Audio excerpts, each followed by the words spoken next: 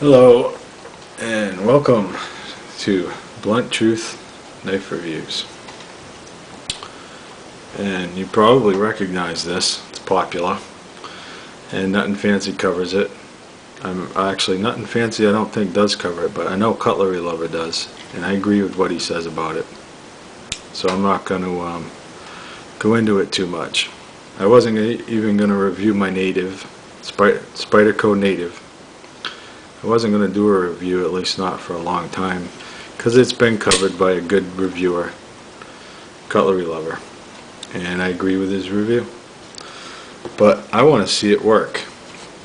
I really do, because I used the S30V in my buck, and it didn't hold an edge very well after only a little bit of cutting. It didn't hold an edge. And this is S30V in Spyderco.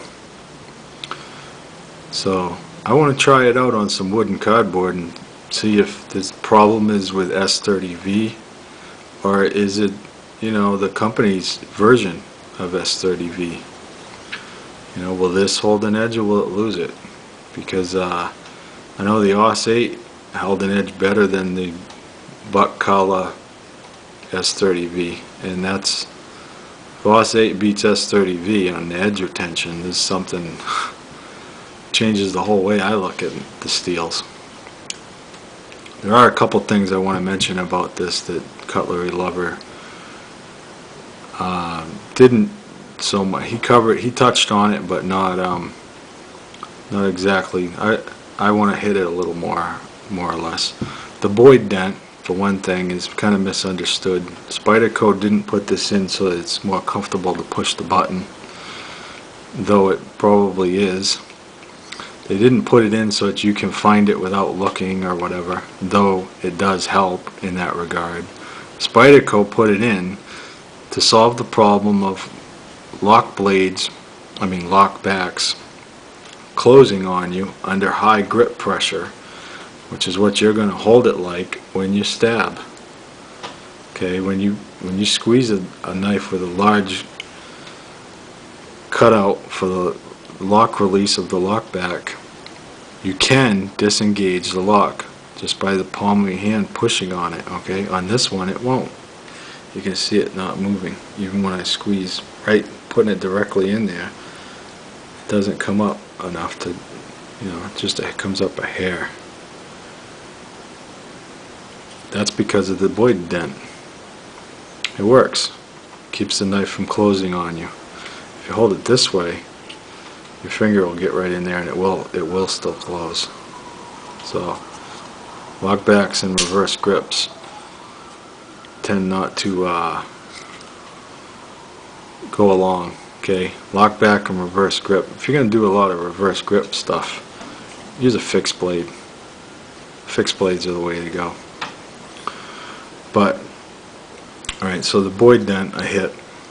The gripping, I bought this to use as a regular EDC when I'm not at work because it's threatening looking. I can't use threatening knives at work.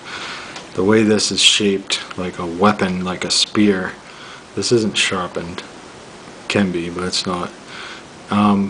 It's threatening looking, I'm not allowed to carry knives like this where I work, or a lot of other people work and so on. So I got it to carry when I'm not at work, and S30V, and it was $55. So I mean, can't go wrong, right? S30V, $55. Spyderco, lockback, and it is nice. It's a nice knife. I like it.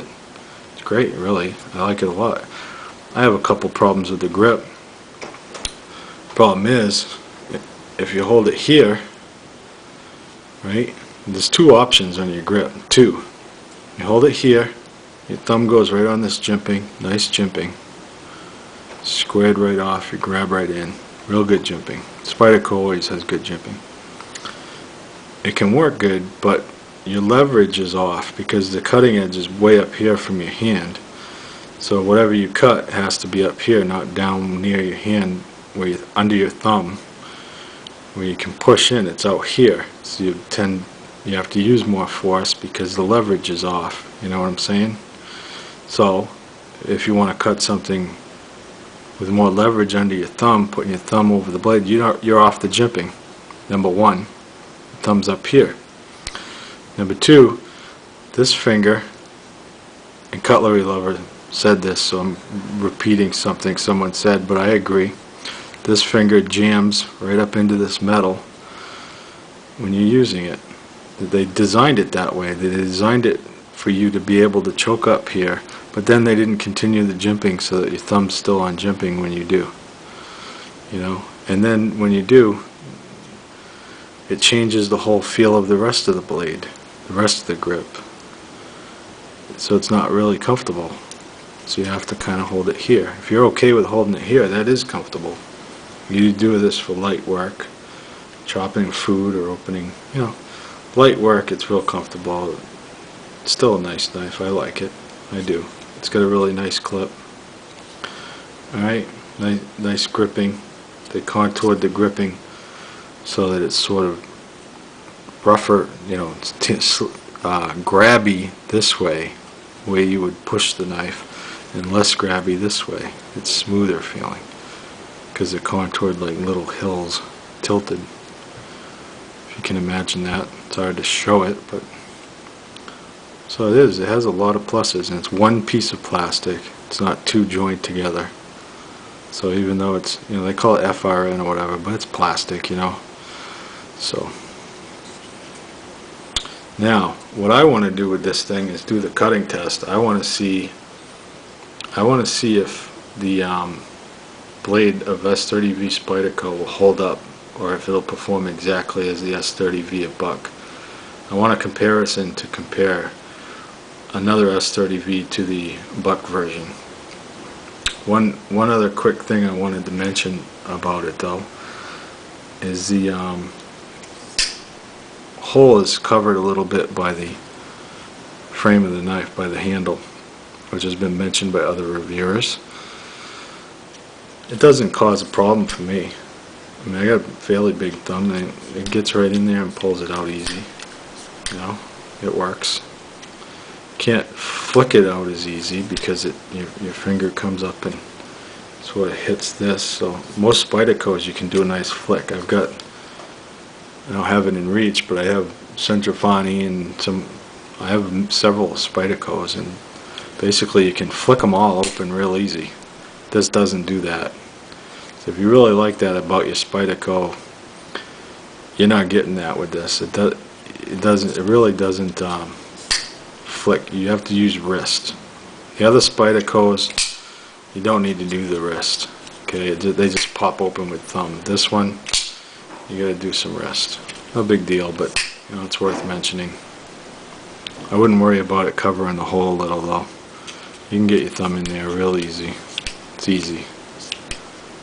You know, no problem there at all. I like the profile closed. I think that's cool. It's all smooth, you know. It's just all there's no edges digging in. There's a jimping here, but that doesn't dig in or anything. It's nice closed.